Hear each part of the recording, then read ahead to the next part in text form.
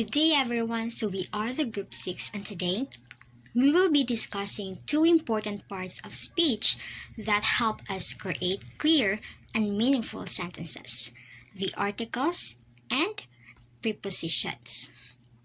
So these parts of speech are essential in forming grammatically correct sentences and expressing our thoughts accurately. So in this discussion, we will explain what articles and prepositions are, their different types, and how they are properly used in sentences. We will also share examples that help you understand how they function in everyday communication. So by the end of our presentation, we hope you will gain a deeper understanding of how using articles and prepositions correctly can improve your grammar and make your communication more effective. So sit back, listen, and join us as we explore our topic. Before we begin our discussion for today, let me share with you our lesson objectives so you will know what we're expected to learn by the end of the lesson.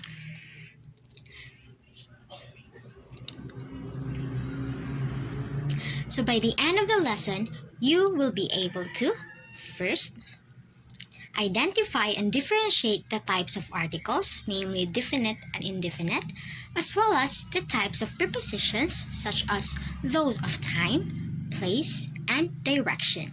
Second, show appreciation by using articles and prepositions correctly to express your ideas clearly and effectively in both written and spoken communication. And lastly, construct grammatically correct sentences and short paragraphs using appropriate articles and prepositions through written and oral exercises. So in this lesson, we will not only learn what these parts of speech are, but also practice using them properly to improve our grammar and communication skills. Alright, let's get started. First, let's talk about articles. So do you have any ideas about what an article is, its type, and usage? So in this presentation, we will learn about them. Articles are an important part of the English language that we use every day, whether we realize it or not. They help us make our sentences clear and meaningful by showing if we are talking about something specific or something general. So before learning about articles, many of us may not notice how often we use words like a, an, and the in our sentences. But these small words actually play a big role in making our grammar correct and our ideas easy to understand. By learning how to use articles properly, we can improve the way we speak and write, making our communication clearer and more effective. So now, let's explore more about articles, what they are, their different types, and how they are used in sentences. So an article is a word that comes before a noun in a sentence. It helps us know whether we are talking about something specific or something general. So articles are also known as determiners because they help determine or identify what kind of noun we are referring to. In other words, they tell us if the noun is something particular or just any one of its kind. So in a broader sense, an article can also be considered a type of adjective since it gives more information about the noun it describes. So remember, articles may be small words, but they play a big role in making our sentences clear and meaningful.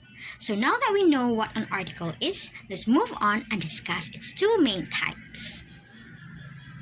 So here are the two main types of articles, the definite and the indefinite articles. So these articles help us know whether we're talking about something specific or something general in a sentence. So to further understand them, let's learn about each type one by one.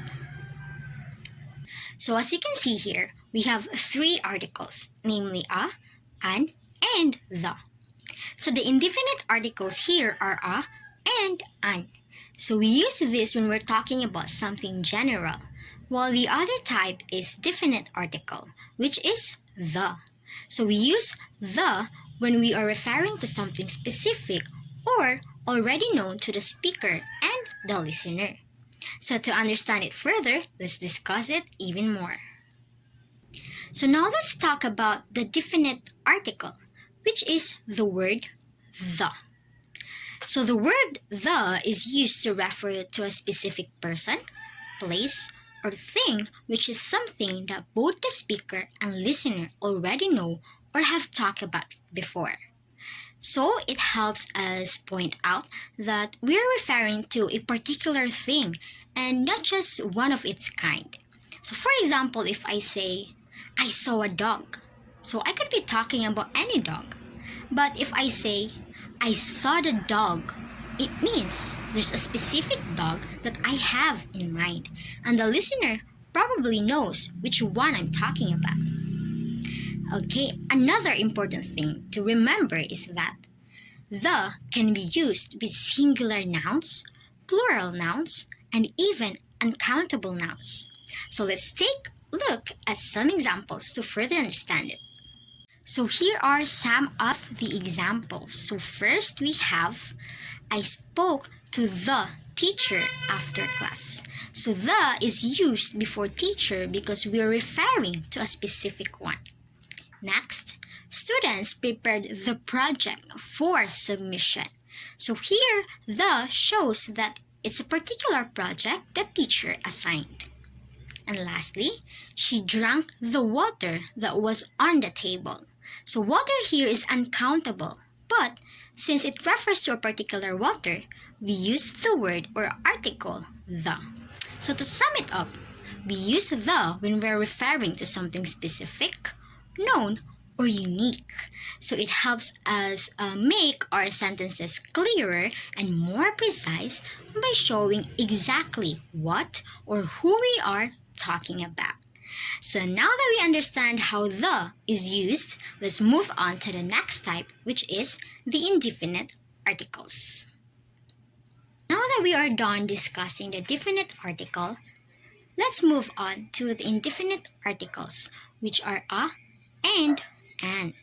So we use a and an when we're talking about something general or not specific.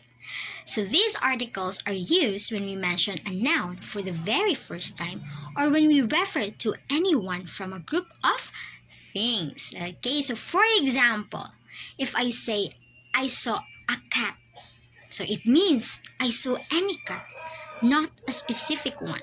So we don't know exactly which cat it is. It could be any cat out there. So basically, indefinite articles help us introduce something new in a conversation and show that we are not referring to a particular thing. So now let's learn when to use a and when to use an in a sentence. So these two articles may seem similar, but they follow a simple rule based on the sound that comes after them. So let's take a closer look at how we can properly use a and an in sentences. So first, let's talk about when to use a. So we use a before words that begin with a consonant sound and when the noun is singular. So this means we only use a if we are talking about one person, place, or thing that is not specific or is being mentioned for the very first time. So for example, a book is on the table. So here the book is singular and starts with a consonant sound. So we used the article a. Okay? Another, she bought a new bag yesterday. So we use a here because we're talking about a bag for the very first time. And it's not a specific one. So it could be any bag. And lastly, I study at a university in Cebu. So even though university starts with the letter U, it sounds like Y-O-U or university, which begins with a consonant sound. That's why we use a instead of an. So remember, we use a when the noun is singular and begins with a consonant sound. So even if a word begins with a vowel letter like the university, so if it has a consonant sound, we still use a or the article a. So this article helps us talk about one general thing rather than specific.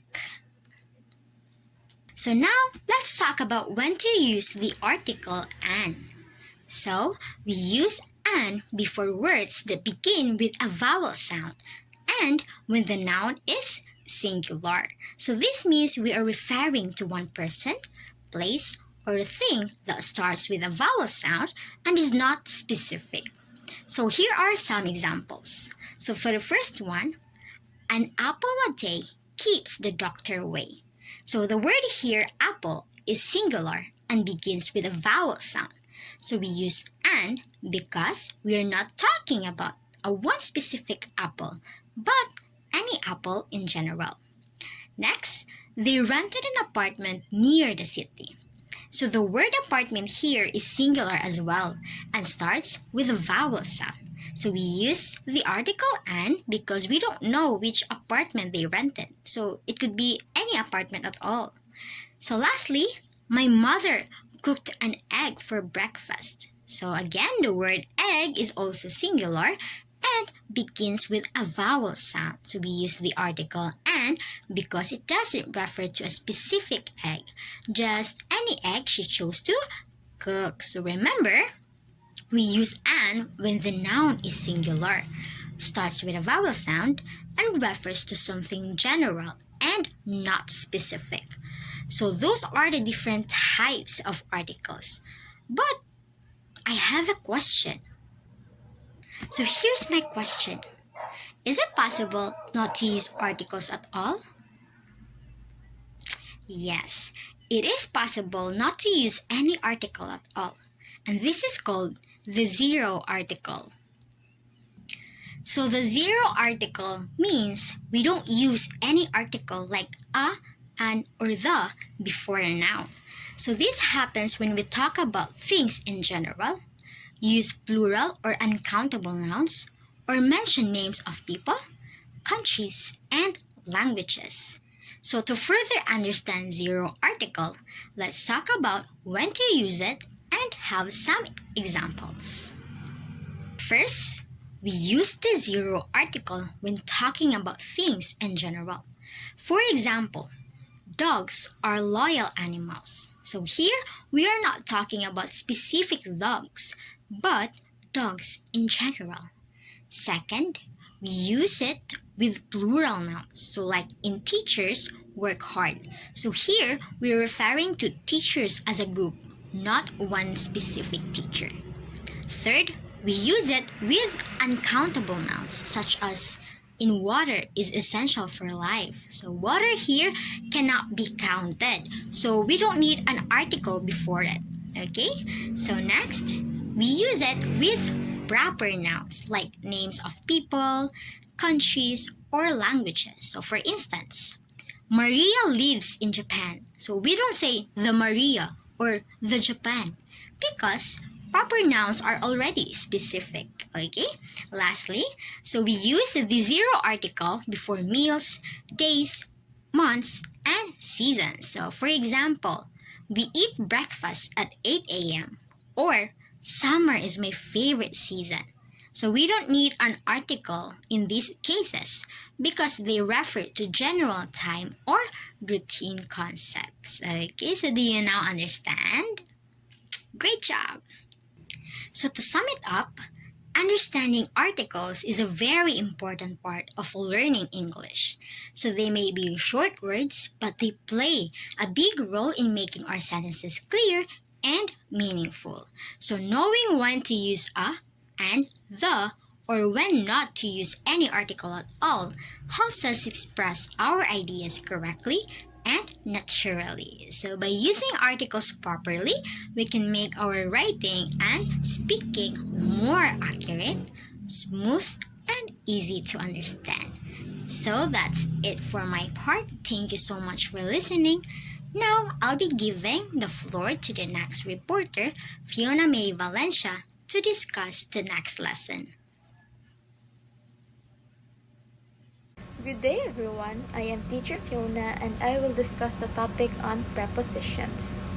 So, prepositions are an essential part of English grammar because they connect nouns, pronouns, and phrases to other words in a sentence. They show important relationships of time, place, direction, and even abstract ideas, which helps us express meaning more clearly. So, without prepositions, our sentences would sound incomplete or confusing. So, by mastering them, we can communicate with greater accuracy and precision, whether in writing or speaking. A preposition is a word that links a noun, pronoun, or phrase to the other words in a sentence. Most of the time, it comes before its object, which can be a noun, pronoun, or a noun phrase. So, prepositions are important because they tell us where something is, when it happens, how it happens, or even why it happens. So in short, they act like connectors that give sentences more meaning and detail. Let's now look at some examples of prepositions. So in the first sentence or example, the cat is on the table. So the word on is the preposition and it shows place. Next example, she will arrive at 5 o'clock. So the word at is our preposition and it shows time.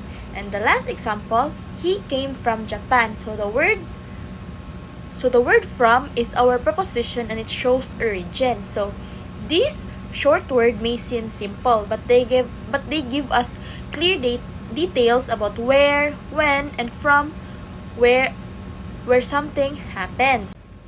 Here we see a list of the most common prepositions in English. So these are the short but powerful words we use all the time. For example, like in, on, at, from, with, and to.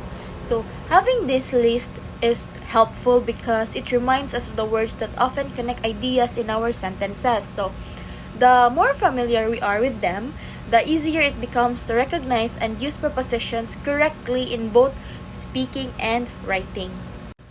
So when we use a preposition, it always connects to a noun or a pronoun, and that word is called the object of the preposition. For example, in the sentence, the book is on the table. So the word table is the object of the preposition on. So together, the preposition and its object form what we call a prepositional phrase. So these phrases can work in two ways. So first is that they can act like adjectives describing a noun or like adverbs describing a verb, an adjective or even another verb. So for example, phrases like in the room, on the table or with her friend gives us extra details that makes our sentences clearer and more specific. So here we have a table comparing the adjectival and adverbial prepositional phrases. So let's start with adjectival prepositional phrases. So this works like an adjective because it describes a noun or a pronoun. It usually answers the questions which one or what kind. So for example, the cat on the roof is black. So here, on the roof tells us which cat. Another example is the book on the table is mine. So the phrase on the table describes which book we are talking about.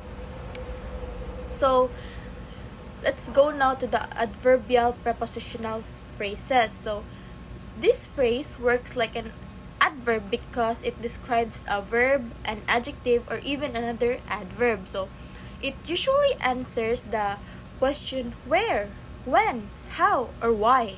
For example, the cat slept on the roof. So here, on the roof tells us where the cat slept. So another example is they arrived after lunch. So the phrase after lunch tells us when they arrived. Now we know what prepositions are and how they work in sentences. Let's move on to their categories. So prepositions are not all the same. They can be grouped based on the kind of relationship they show. So some prepositions tell us about place, others about time, some about direction, and others about cause, manner, or means. So by learning these categories, it becomes easier to recognize how preposition function and to choose the right one when we speak or write. So let's start with the preposition of time. So this category of preposition is used to show when something happens. Preposition of time helps us answer questions like at what time, on what day, or during what period. For example, we say at 5 o'clock on Monday or during the summer. This word may look small, but they are very important because they give our sentences a clear sense of timing. So here are some prepositions we use in the category of time. So we use at for a specific time. For example, meet me at 6 p.m. So the word at points to an exact moment. So the next is in. So we use in for months, years, or longer periods of time. For example, he was born in 2010. So the word in shows a broader time frame. So we have on. So on, we use on for days and dates. For example, we'll meet on Monday. So the word on connects the action to a particular day or date. Next is before or after. So we use before and after to show sequence. So for example, eat before class or we'll talk after the meeting. So these prepositions tell us the order in which things happen. Next is we have since and for. So we use this to talk about duration or how long something has been happening. So since points to the starting time like since 2020 or since Monday. While for tells us the length of time like for 2 years or for 3 hours. For example, I've lived here for 2 years. So the last is by and until. So we use this to talk about deadlines or limits. So by means something should happen before or not later than a certain time, like submit it by Friday. While until shows that something continues up to a certain time, like wait until 6 p.m. So all in all, by focuses on the deadline while until focuses on the duration leading up to that point. Now, let's move on to prepositions of place. So, these are words we use to show where something is located. They help us answer questions like, where is it? Or where does it happen? For example, we say, the cat is on the roof. The book is under the table. Or she is at the park. So, these prepositions give us a clear picture of position or location, making our sentences more specific and easy to understand. So now let's look at some prepositions we use in the category of place. So let's start with at. So we use at to show a specific point or location.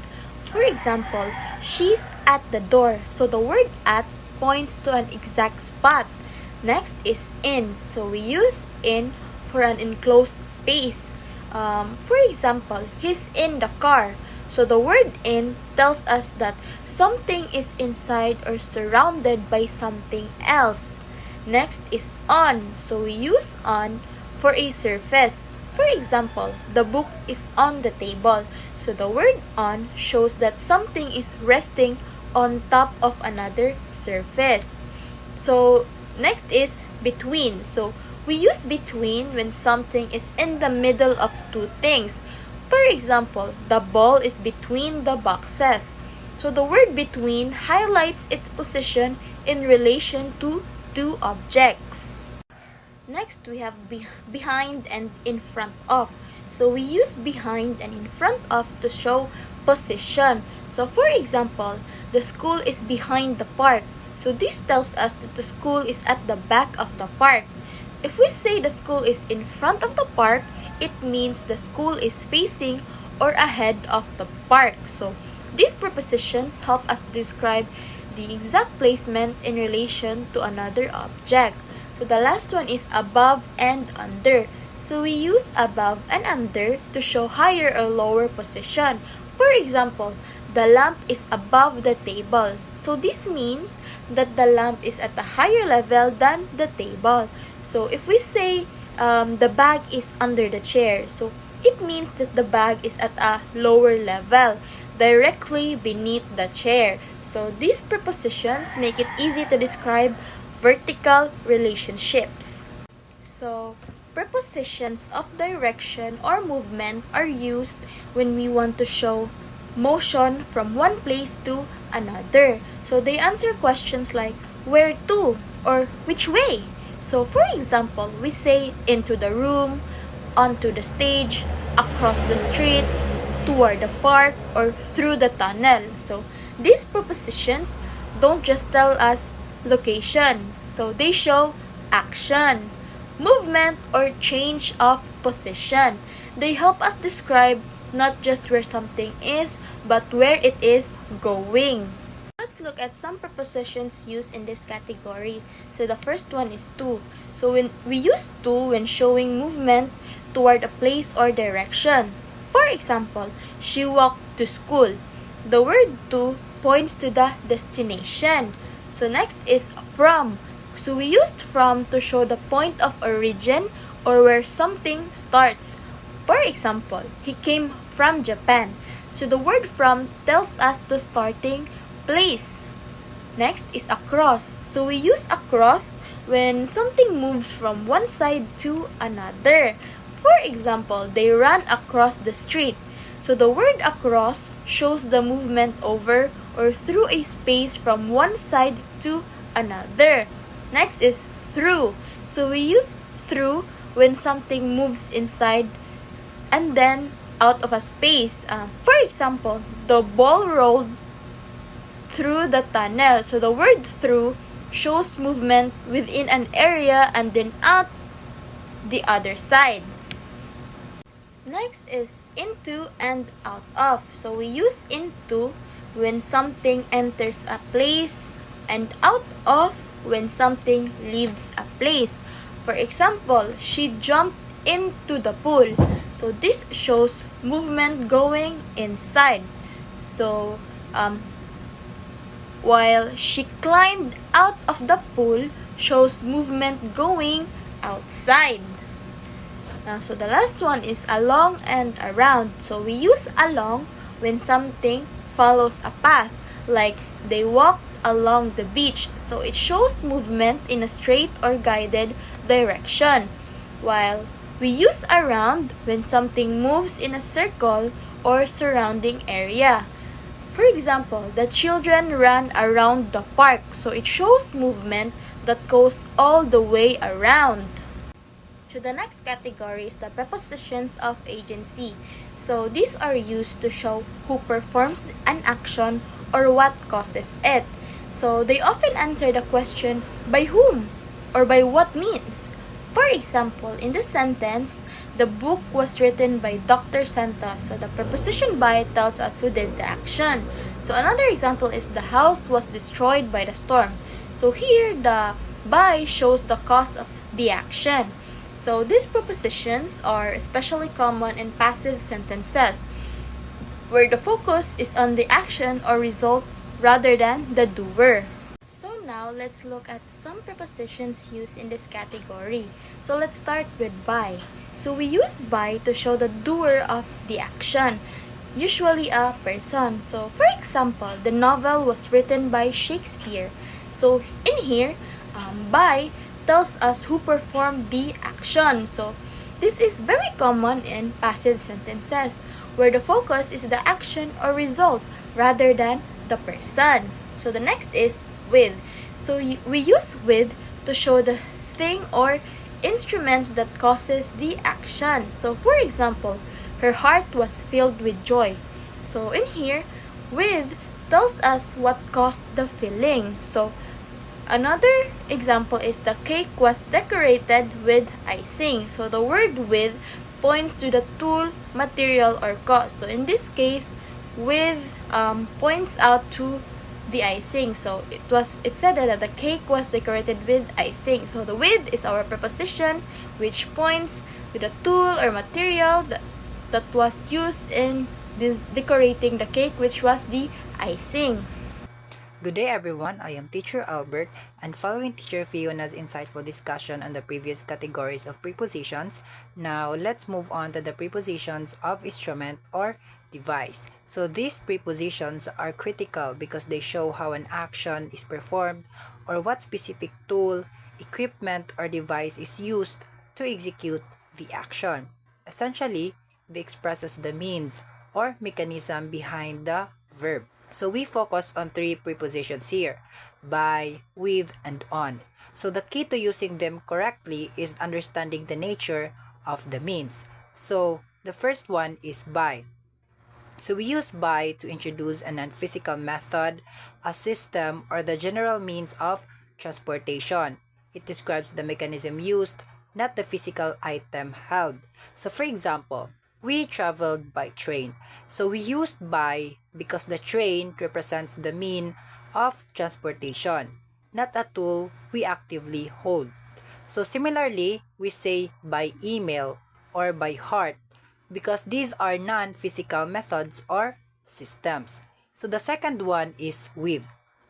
So we use with when the instrument is a physical, tangible object, tool, or a body part that the subject directly manipulates to perform the action. So for example, he cut the paper with scissors. So the scissors are a direct handheld tool. So think of with as creating a strong physical connection between the actor and the instrument. So for instance, the painter mixed the colors with a brush, or she pointed with her finger. And the third one is on.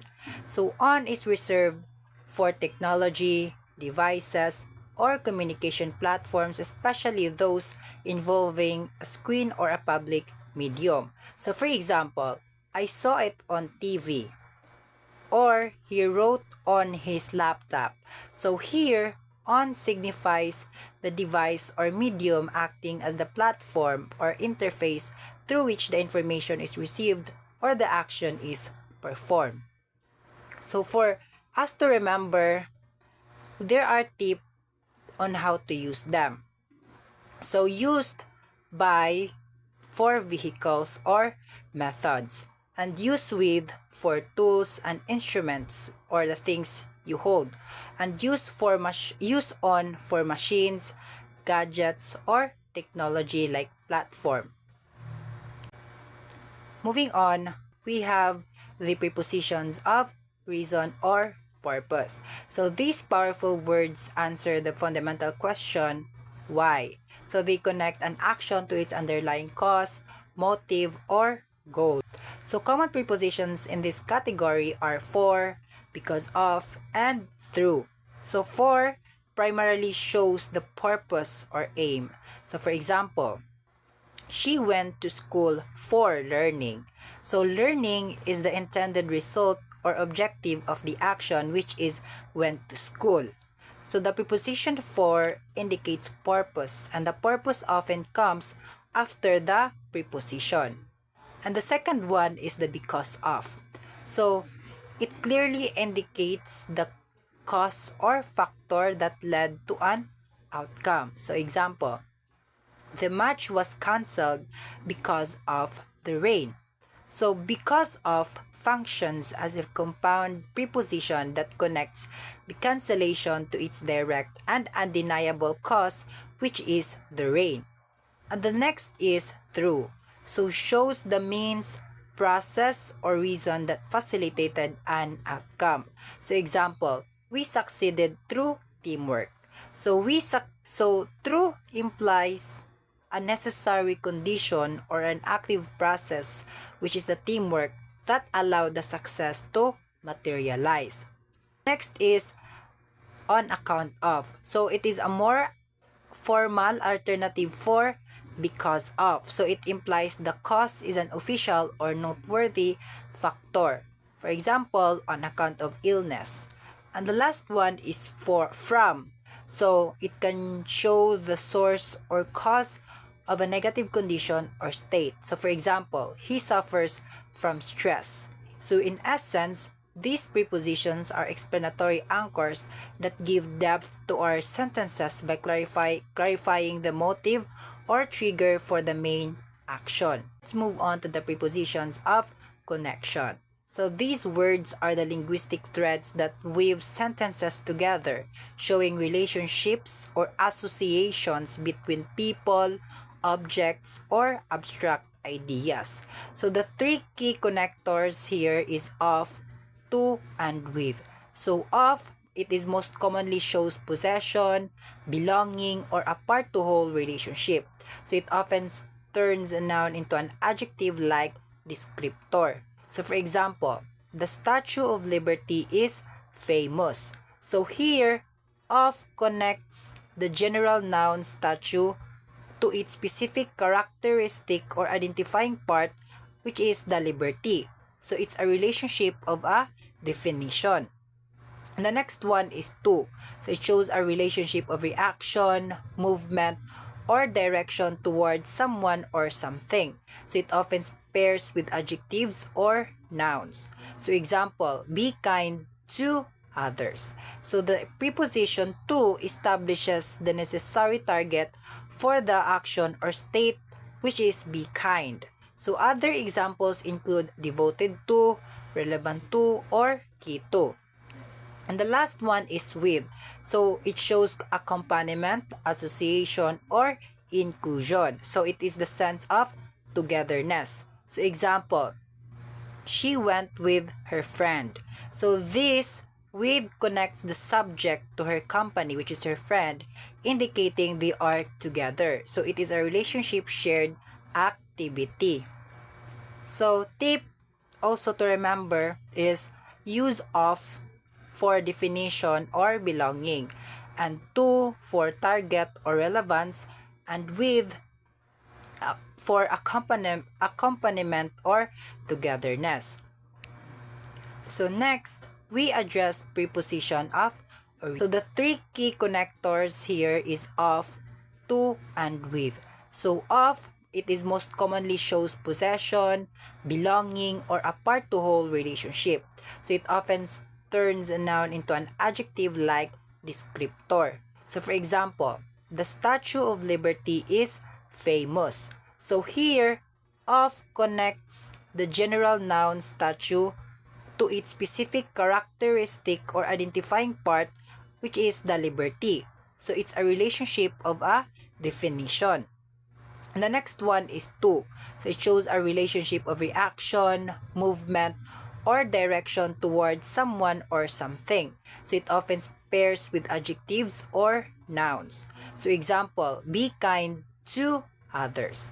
So the preposition to establishes the necessary target for the action or state, which is be kind. So other examples include devoted to, relevant to, or key to. And the last one is with. So it shows accompaniment, association, or inclusion. So it is the sense of togetherness. So example, she went with her friend. So this with connects the subject to her company, which is her friend, indicating they are together. So it is a relationship shared activity. So tip also to remember is use of for definition or belonging, and to for target or relevance, and with for accompaniment or togetherness. Next, we address prepositions of origin. So these prepositions are straightforward. They pinpoint where someone or something comes from, identifying its source, starting place, or ancestry. So let's begin with from. So it is the most common, showing the starting place or physical source. So example, he's from Canada. So from establishes the geographical source or birthplace. So it also applies to non-geographic sources like receiving a package from the post office. So the next one is of. So used to show descent, ancestry, or the other source material of an object. So example, she is of Italian descent. So in this context, of connects the subject to their background or heritage. And the last one is from to.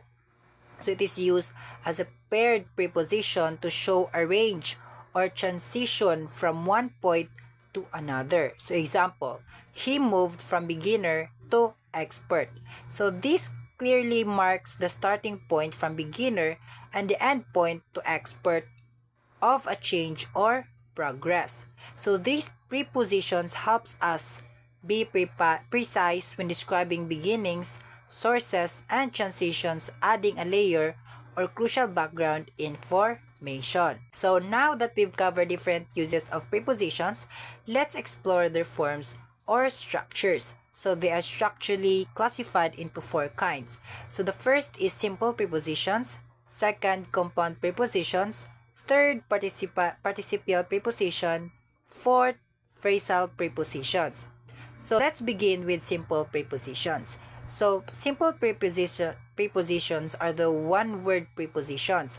So it is the most common and basic form in the English language. So they are indivisible and always function as a single unit.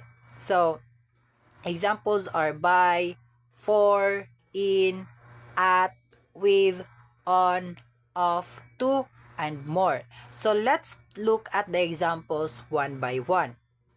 So the first example here is David drove the car on the racetrack.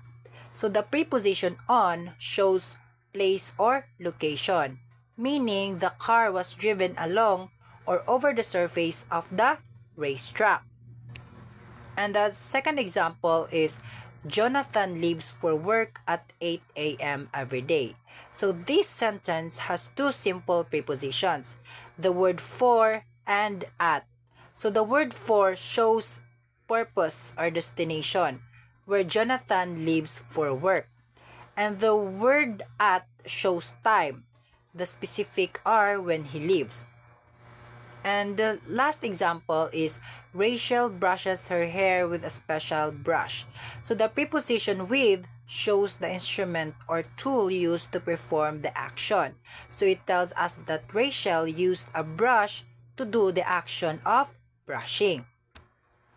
So to summarize, simple prepositions may be short, but they are powerful because they make sentences clearer and more specific. The second one is the compound prepositions. So these are prepositions structurally made up of two words that have merged over time to function as a single preposition. So they are typically formed by combining a simple preposition with an adverb or noun, and they are generally written as one word. So examples, into, without, before, inside, outside, upon, underneath, throughout. So let's look at the examples. So the first example is David drove the car into the shed. So the preposition into is a compound word formed from in and to. So it functions as one preposition showing movement from outside to inside the shed. So the second example is Jonathan leaves for work before dawn. So the preposition before shows time. It tells us that Jonathan leaves earlier than the time when dawn begins. And the last example is Rachel brushes her hair throughout the day. So the preposition throughout shows duration, meaning the action of brushing happens continuously or repeatedly during the whole day. So compound prepositions make our sentences more detailed by expressing time, movement, or duration more precisely. Third is the participial prepositions. So these are prepositions that have evolved from verbs form ending in ing. So they are no longer functioning as verbs or adjectives, but rather as prepositions that govern a noun or pronoun. So they essentially take on a new specific prepositional meaning. So examples are during, considering, bearing, respecting, concerning, and regarding. So first example here is David drove the car during the thunderstorm. So the preposition during indicates time, telling us when the action happened. So that is at some point within the duration of the thunderstorm. Next is Jonathan works hard considering his age. So the preposition considering means taking into account or giving the fact of. So it shows that Jonathan's effort is notable when we take his age into consideration. So the last example is Beck will travel overseas barring sickness. So the preposition barring means except for or unless prevented by. So it indicates a condition that Beck will travel unless she becomes sick. She becomes sick. And to conclude, participial prepositions often express time, condition, or reason, making sentences richer and more specific in meaning. Lastly, we have phrasal prepositions. So these are groups of words or phrases, often as simple prepositions combined with other words that collectively act as a single preposition unit. So because they are phrases, they are always written as multiple words. So for examples are according to, in spite of, with regard to, because of, in front of, on behalf of. So the first example here is David will drive his car in spite of his health. So the phrase in spite of means despite. It shows contrast. Even though his health is poor, David will still drive. So the next is Jonathan arrives at work round about noon. So the phrase roundabout means approximately or around. So it indicates an estimated time rather than an exact one. So the last example is Bradley won the game according to the rules. So the phrase according to means based on or in agreement with. So it tells us that Bradley's victory followed the rules of the game. So the phrasal prepositions are often informal English and help express ideas more accurately, especially when showing relationships or conditions. To summarize, simple prepositions are single words that show basic relationships like time, place, or direction, while the compound prepositions are two words combined to express more specific meanings, while participial prepositions come from ing verbs and show time, reason, or condition.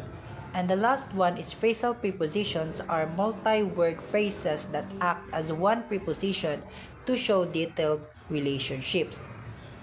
Each type of preposition helps us build more meaningful and connected sentences. Before we conclude, let's take a moment to talk about some common preposition mistakes. So these are small but common errors that many people, both native and non-native speakers, tend to make when using prepositions. So understanding these mistakes will help us use prepositions more accurately and confidently in our communication.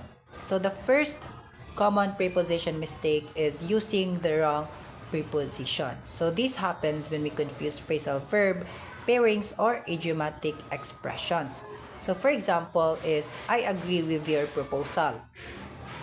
So this sentence is incorrect because the rule is use agree with when they're referring to people, like I agree with the speaker, while use agree to when referring to ideas, plans, or proposals. Therefore, the correct sentence here is I agree to your proposal. And the second common mistake is omitting necessary prepositions. So this mistake occurs when a verb is a part of phrasal verb structure that strictly requires a preposition to complete its meaning. So example, the decision depends the weather. So the verb depend is incomplete without its partner on or upon. So omitting it creates grammatical gap as the verb needs the preposition to connect properly to its object, the weather. So therefore, the correct sentence here is the decision depends on the weather. The last common mistake is the adding unnecessary prepositions or redundancy. So this often happens with the verbs that are already contain the meaning of a prepositional adverb. So, example, I returned back to the office. So the verb returned already means to go or come back. Adding the prepositional adverb back is redundant and should be omitted to maintain a natural and concise style. Therefore, the correct sentence here is I returned to the office. In conclusion, we must reemphasize the immense importance held by prepositions. So they are not merely small connecting words, they are essential elements of the English language because they fundamentally show the relationship between all other words in a sentence. So by mastering the various categories we've covered, time, place, direction, instrument, reason, purpose, and connection, we gain the ability to help ourselves and our audience understand where, when, how, and why actions or events occur. So the impact of prepositions as they allow prepositional phrases to function as sophisticated adjectives or adverbs, adding rich detail and meaning to our sentences. And also, they connect nouns, pronouns, and phrases to the rest of the sentence, ensuring structure and organization. Ultimately, learning to correctly use prepositions improves both written and spoken communication, making our language sound more natural, organized, and complete. So, in short, these short words are the bedrock of clear expression. So, learn them well and you will express yourself better and more effectively. So, that's all. Thank you for listening. And are there any questions? Okay, that's all for today and thank you for listening once